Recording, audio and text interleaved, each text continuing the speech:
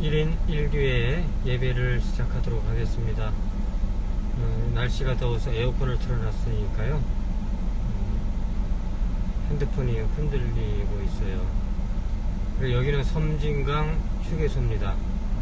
어저께 거제도에 갔다가 어제 몽돌 해수욕장에서 자고 여수로 가는 길입니다. 여수로 가기 위하여서 여기는 10번 고속도로, 10번 고속도로 섬진강 하동에 섬진강 휴게소가 이제 나옵니다. 찬송은 뭘 부를까요?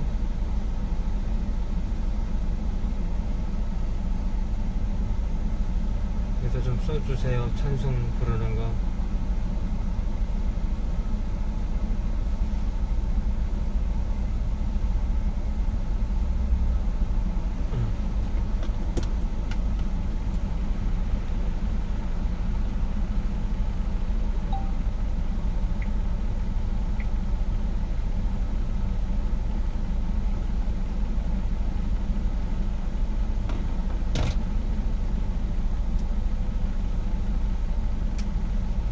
오늘은 찬송 없이 바로 예배를 진행하도록 하겠습니다.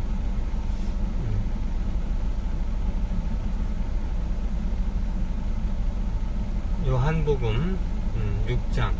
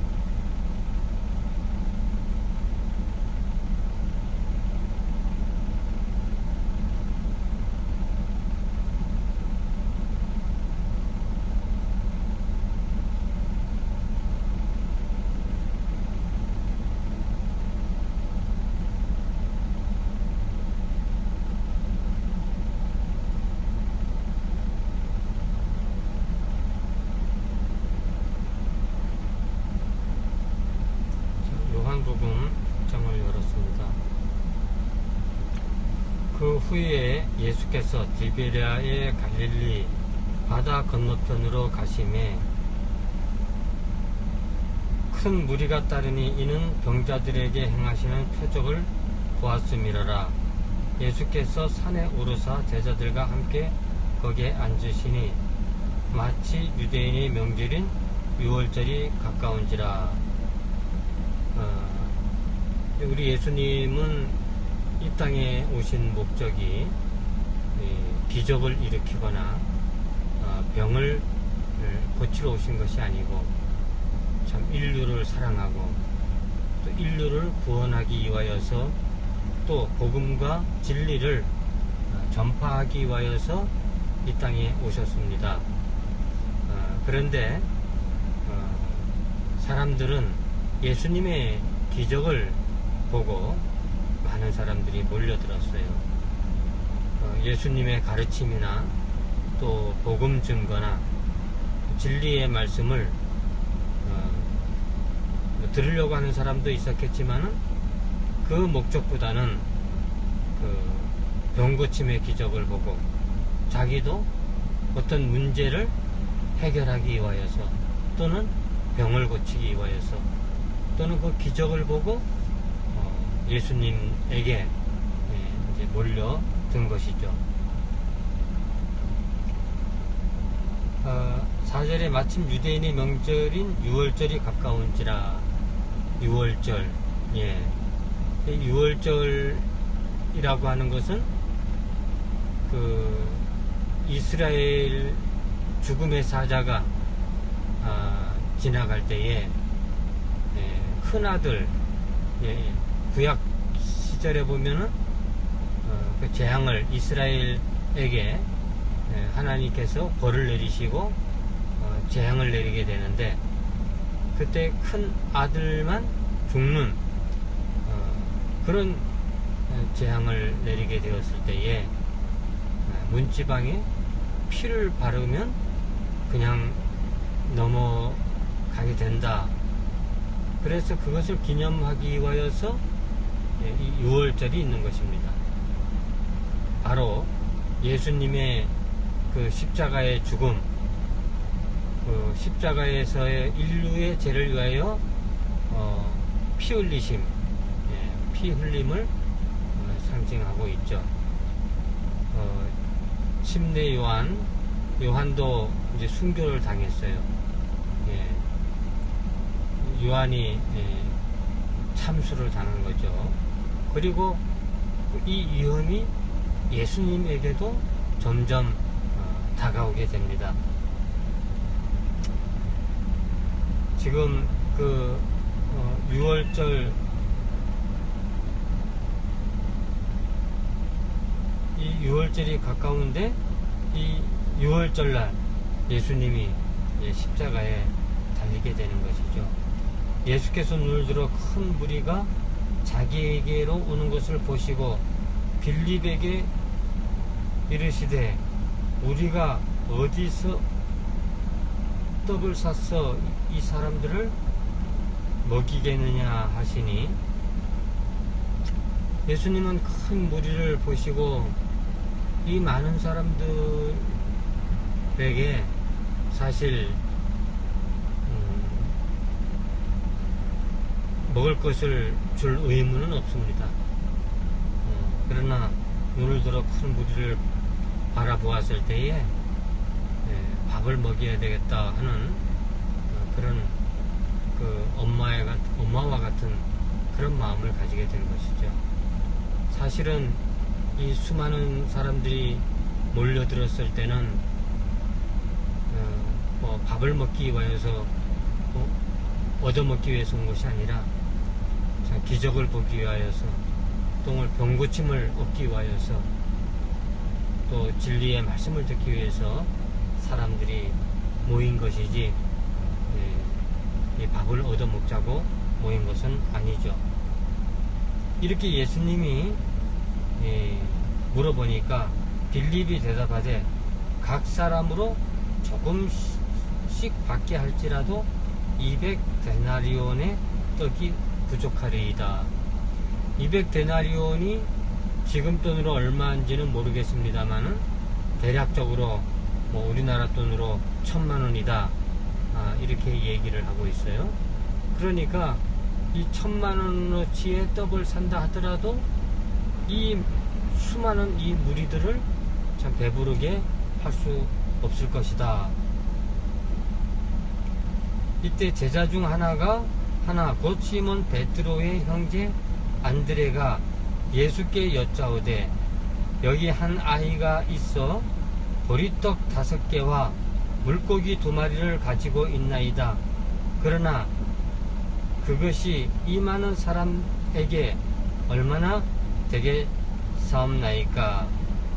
마치 이 많은 사람들이 먹을 것이 없었는데 오직 한 아이만 보리떡 5개와 작은 물고기 2마리, 엄마가 도시락을 싸줬는지 가지고 있었어요. 이 정말 보리떡 5개와 물고기 2마리로 예수님이 어떠한 기적을 일으킬 수 있을 것이다 라는 의미에서 이 안드레가 내어놓았을까요? 그것은 뭐 여기 성경에 쓰여 있지 않으니까 알 수 없습니다만은 어쨌든 이 수많은 사람들을 어떻게 먹을 수 있겠느냐 라는 것이 예수님의 제자들의 생각인 것 같습니다.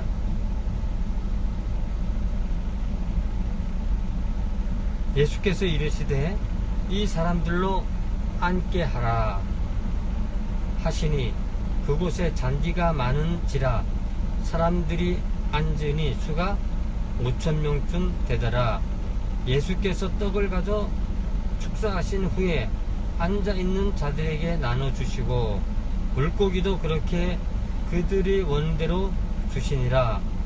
그들이 배부른 후에 예수께서 제자들에게 이르시되 남은 조각을 거두고 버리는 것이 없게 하라 하시므로 이에 거두니 보리떡 5개로 먹고 남은 조각이 12바구니에 찼더라.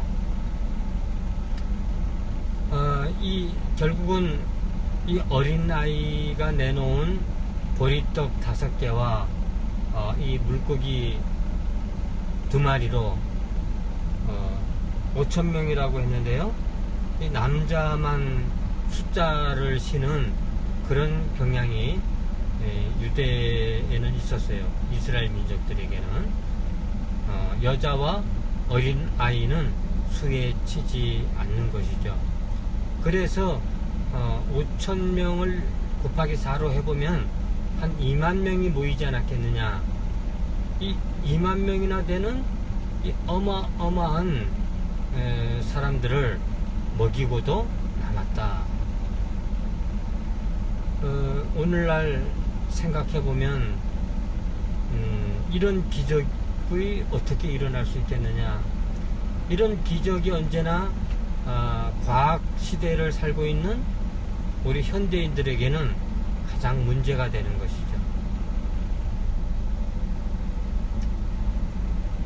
죽었던 사람을 살렸다든지 물이 포도주로 변했다든지 보리떡 5개와 물고기 2마리로 5,000명을 먹이셨다. 2만 명이죠 실제로는. 이런 기적적인 사건을 어떻게 받아들일 것인가. 과학을 살고 있는 요즘 젊은이들, 현대인이라면 도저히 믿을 수 없는, 또 받아들일 수 없는 그러한 일들이겠습니다만은, 그러나 우리는 언제나 이 세상을 살 때에 과학으로만 사는 것은 아니에요. 사람에게 과학만 있는 것은 아닙니다. 그러면 사람은 살기 위하여서는 과학도 필요하지만 사람은 철학도 있어야 되고 또 예술도 있어야 되고 그리고 종교도 있어야 합니다. 이걸 유교식으로 말하면 인의예지라고 하는데, 인이라고 하는 것은 사랑이니까 종교라고 할 수 있고요.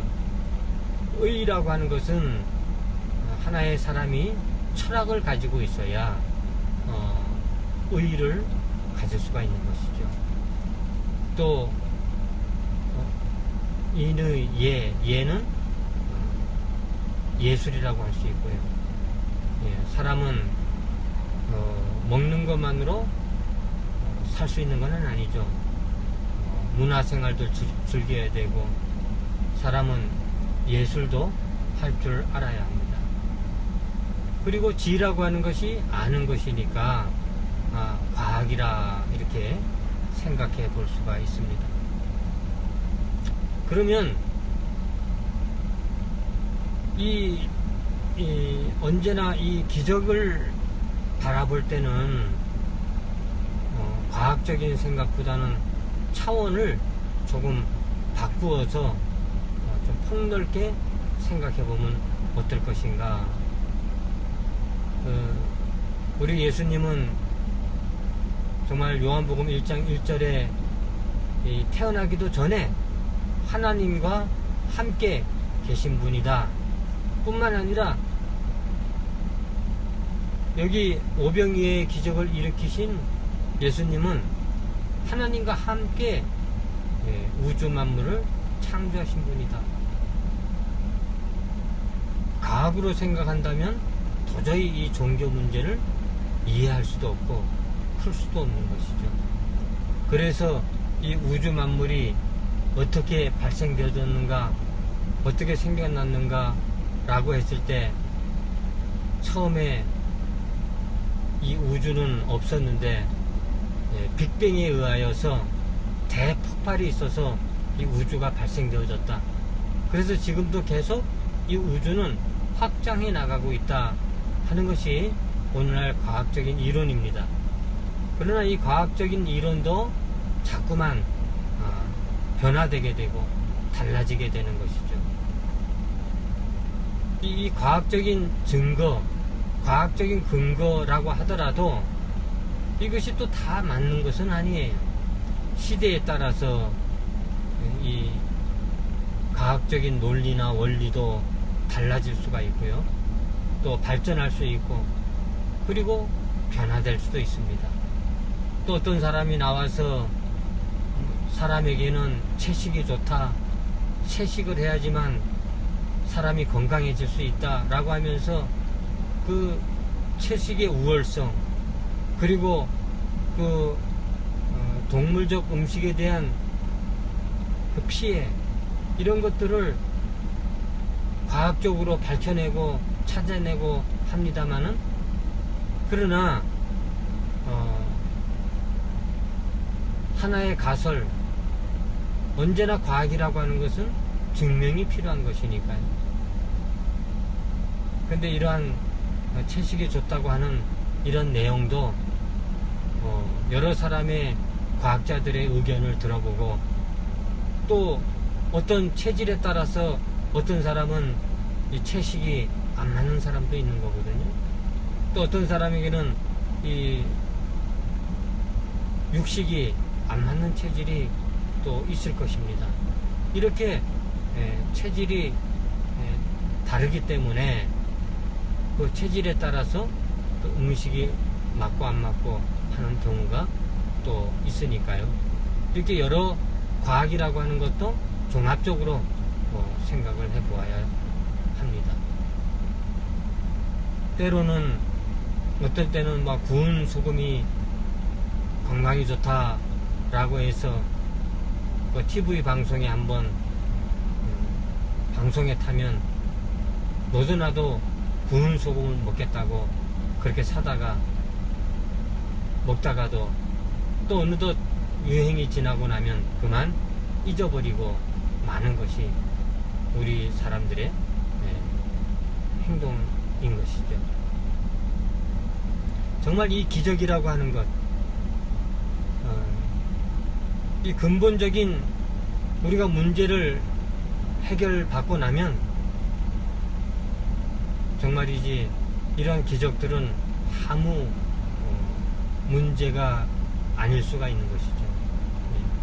과학적인 차원이 아니라 다른 차원으로 또 생각을 해본다면 이런 기적도 일어날 수 있겠구나. 예수님은 하나님의 아들이고 또 하나님과 함께 이 우주 만물을 창조하신 분이라면 이런 기적도 얼마든지 가능할 것이다. 이렇게 받아들일 수 있게 되는 것이죠. 14절 13절 이에 거두니 보리떡 5개로 먹고 남은 조각이 12바구니에 찼더라. 이 2만 명을 먹인 이 엄청난 양의 음식, 아마 제자들이 다 나누어 줄 수는 없는 거겠죠. 예. 이 무리를 참 이렇게 나뉘어서 앉히게 한 후에 거기에 많은 사람들이 이제 보리떡과 물고기를 가져다가 서로 나누어 먹었을 것입니다. 이게 어떻게 보면은 공짜로 얻어진 음식이니까 남은 거야말로 그냥 버리거나 그렇게 폐기 처분할 수도 있었을 텐데, 이 먹다 남은 빵 조각을 거두어 드렸습니다. 12바구니나 되었고요. 그리고 또 다음에 먹었든지 하여튼 이 음식을 버리지 않고 다음에 또 사용을 했다는 것입니다. 요즘은 재생산되는 게 시대 아닙니까? 물건도 대량 생산을 하고 있고요. 그래서 물건 아까운 줄 모르는 것이죠. 옛날에는 이 물건 하나 만들더라도 장인 정신이 들어가 있어서 물건 하나 만드는데 굉장한 각고의 노력 끝에 만들어지니까 정말 물건 하나 아껴 쓰고 오래 쓰고 하는 것이 옛날 일이었어요. 음식 또 쌀 한 톨 생산하는 것도 쉬운 일이 아니기 때문에 그 쌀 한 톨을 땅바닥에 이렇게 버리지 않고 쌀 씻을 때 정말 쌀 한 알이라도 그 물에 흘러 나가지 않도록 흘러나간 쌀도 다시 주워 담아서 밥을 해 먹었던, 옛날에는 그렇게 음식물을 많이 아꼈어요. 그런데 지금은 이 사진 촬영 이런 것도 그 옛날에는 필름 사진기로 찍어서 또 현상을 해서 그리고 이 종이 사진으로 나오기까지 얼마나 그 과정이 힘이 듭니까? 그리고 이렇게 한 장 한 장 만들어지는 것이 그렇게 돈도 많이 들어가고요. 쉬운 일은 아니죠. 그래서 이런 앨범의 사진, 추억의 사진들을 잘 꽂아서 그 옛날 추억을 생각하려고 할 때는 그걸 또 앨범을 들춰보는 그런 소소한 재미가 있었습니다. 그래서 지금은 누구나 다 핸드폰으로 사진을 한번 찍으면 10장도 만들 수 있고 똑같은 걸 100장이고 1000장이고 마음먹은 대로 누구에게나 보낼 수 있어서 재생산되는 거 아닙니까? 동영상도 마찬가지고요. 또 물건도 이제 대량 생산되니까 그렇게 이 물건에 대해서 소중하거나 정말 아까워할 줄 모르게 되는 것이죠. 그런데 우리는 조금 더 이 물건을 아끼고 물자를 아끼고 에너지를 아끼는 일에 우리 모든 사람들이 어느 정도 생각을 좀 해보아야 할 것입니다. 결국은 이 지구의 에너지는 한정되어 있는 것이기 때문에 그런 것이죠. 그 사람들이 예수께서 행하시는 이 표적을 보고 말하되 이는 참으로 세상에 오실 그 선지자라 하더라. 그러므로 예수께서 그들이 와서 자기를 억지로 붙들어 임금으로 삼으려는 줄 아시고 다시 혼자 산으로 떠나 가시니라. 이 큰 무리들의 생각은 언제나 경제적인 구원, 그런 것을 원한 것이죠. 이 세상에서의 구원. 그러나 우리 예수님은 이 세상을 그 경제적인 것에서 구원하기 위하여서 오신 분은 아닙니다. 예수님이 오신 목적이 병을 고치거나 기적을 일으키거나 또 모든 먹는 문제를 해결하기, 그것을 목적으로 오신 것이 아니기 때문에 사람은 근본적인 문제를 해결하지 않으면 아무리 먹을 것이 풍족하고 그런다 할지라도 사람은 참 병이 들게 되어 있는 것이죠. 건강한 정신. 우리 예수님은 이 건강한 정신을 위하여서 이 병든 정신, 인간의 정신을 구원하기 위하여서 이 땅에 오신 것입니다. 건강한 정신이 있어야 또 건강한 육체가 있는 것이죠. 이때에 이스라엘은 로마의 속국으로 있었어요. 그러니까 이 예수님의 이 기적을 보고 또 예수님이 이 수많은 사람들을 먹이는 걸 보고 얼마나 열광하고 얼마나 감탄했겠습니까? 그래서 사람들이 이구동성으로 이는 참으로 선지자라 하면서 이 이스라엘의 왕으로 억지로 삼으려고 했던 것이죠. 그래서 로마를 이기고, 그죠? 정치적으로도 구원을 받고 경제적으로도 구원받기를 열망했던 그런 이스라엘의 그 무리들, 큰 무리들, 백성들을 우리는 이 말씀 속에서 볼 수 있는 것입니다. 그러나 우리 예수님은 인간의 그 근본적인 문제를 해결하기 위하여서 이 땅에 오셨습니다. 우리가 그 최근에 박근혜 대통령, 전 대통령이죠, 재판을 받고 있습니다. 그리고 최순실이나 정유라, 이화대학교 부정 입학, 그리고 그 삼성과의 커넥션, 하여튼 이런 부정 이런 거에 휩쓸려서 재판을 함께 받고 있는 것이죠. 전에 나왔습니다만은 이 정유라와 같은 아이의 그 생각, 그때 무슨 말 때문에 화제가 되었습니까? 돈도 힘이다.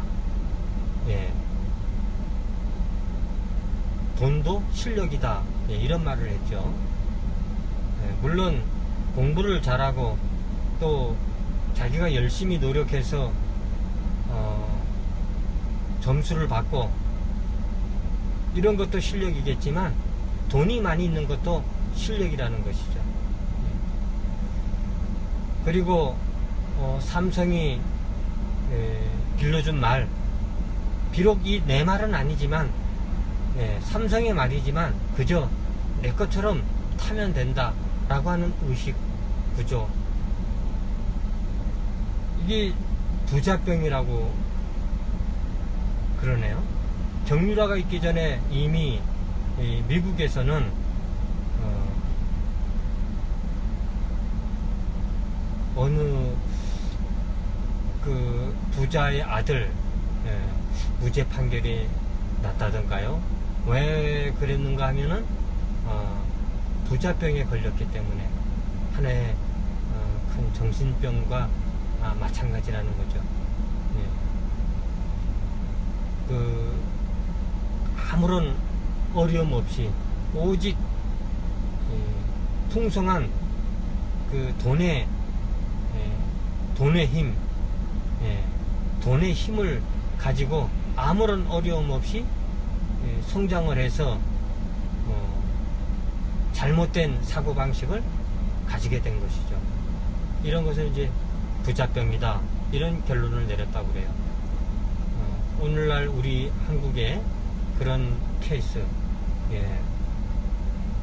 요즘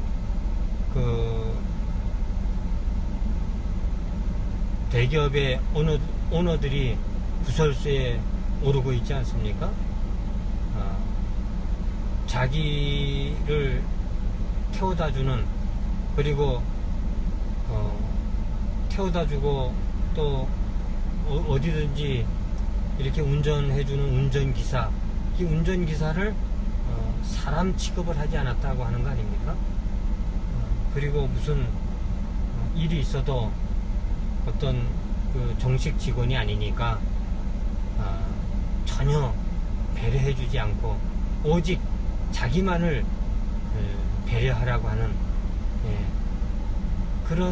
이런 것이 다 부자병 아닐까요? 상대방을 배려해줄 줄 모르는 그런 팍팍한 마음. 어쨌든 우리 예수님은 이 고질적인 이 마음의 병, 영혼의 병, 그리고 인간이 근본 태어나서 죄를 가지고 심판을 받고 죽어야만 하는 이 사람들을, 근본적인 문제를 해결하기 위하여서 이 땅에 오신 것이지, 어떤 정치적인 문제를 해결하거나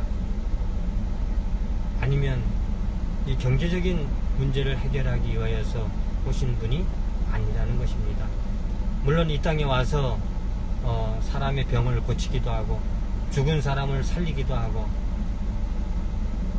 또 오병이어처럼 이러한 기적들을 일으켰습니다마는 그것이 순수한 목적은 아니라는 것이죠. 그래서 이런 기적들, 이러한 그 병고침, 이런 것들은 그렇게 크게 중요하지는 않다는 것입니다. 왜? 그것이 근본 목적은 아니기 때문에 그렇다는 것이죠. 우리 예수님은 정말 인간의 근본적인 문제, 영적인 문제를 해결하기 위해서 이 땅에 오신 분입니다. 그래서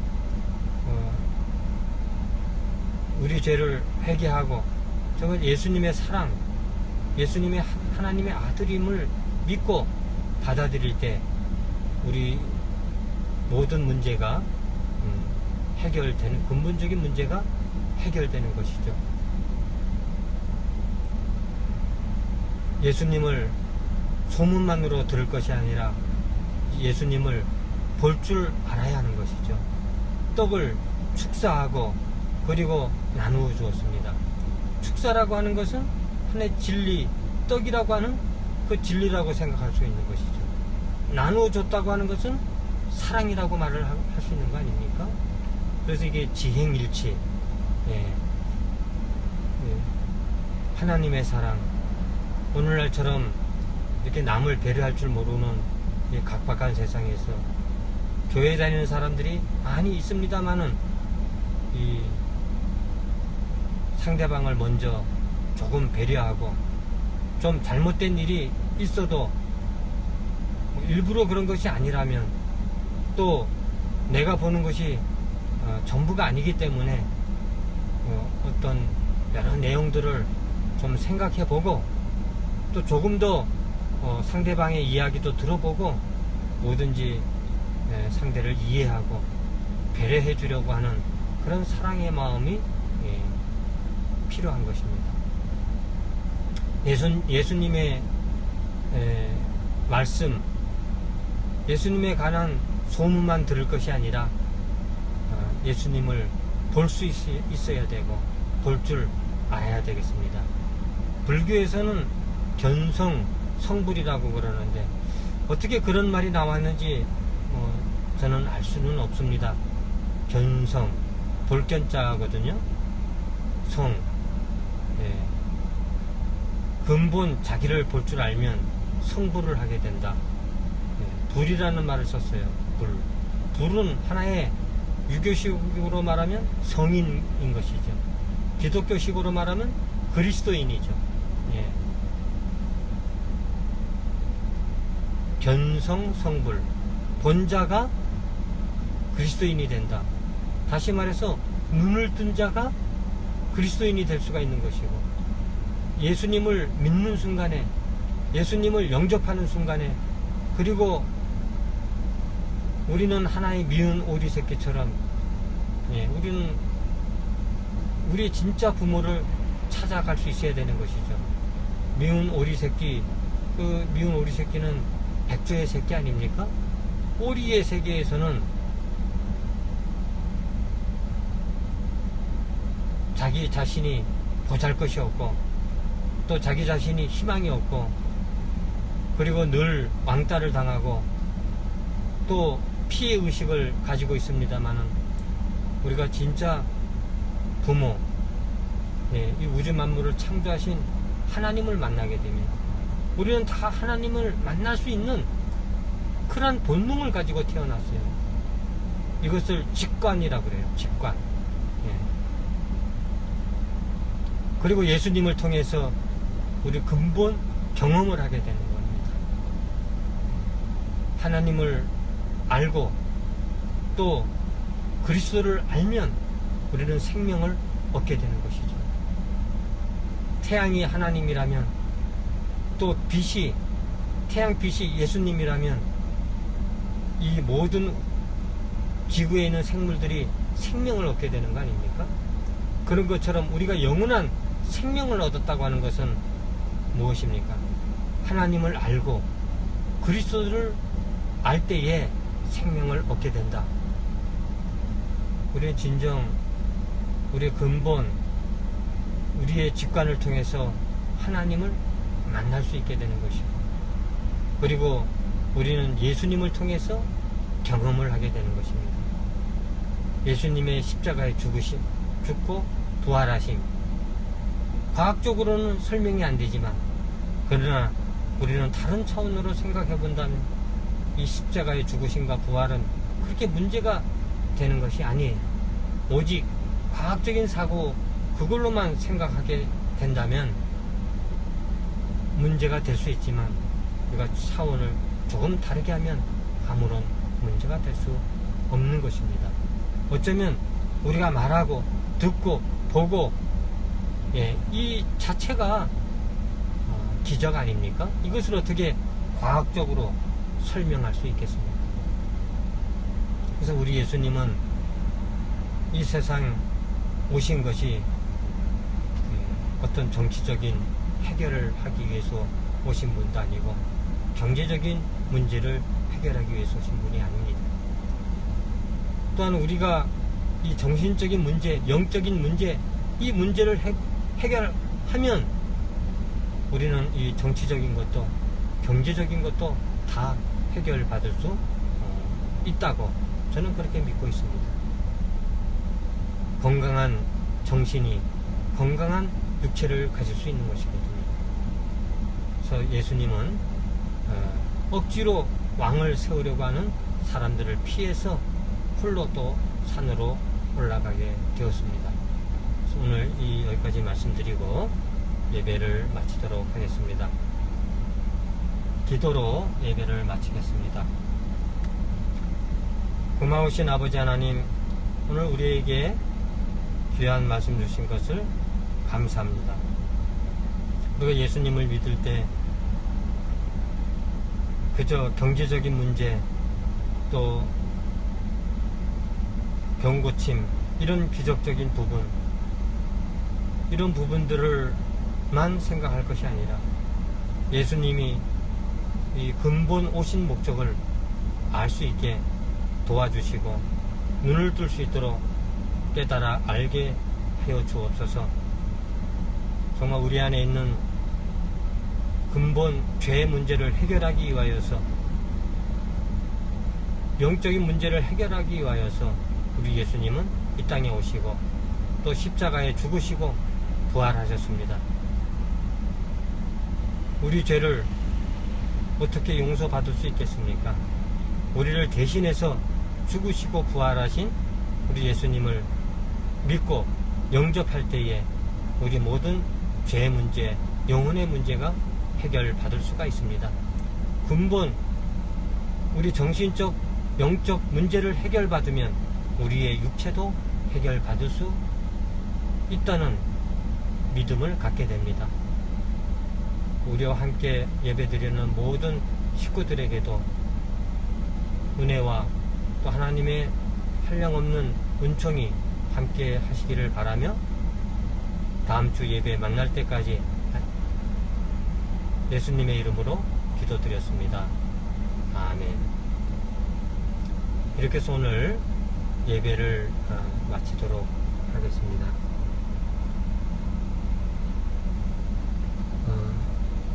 비록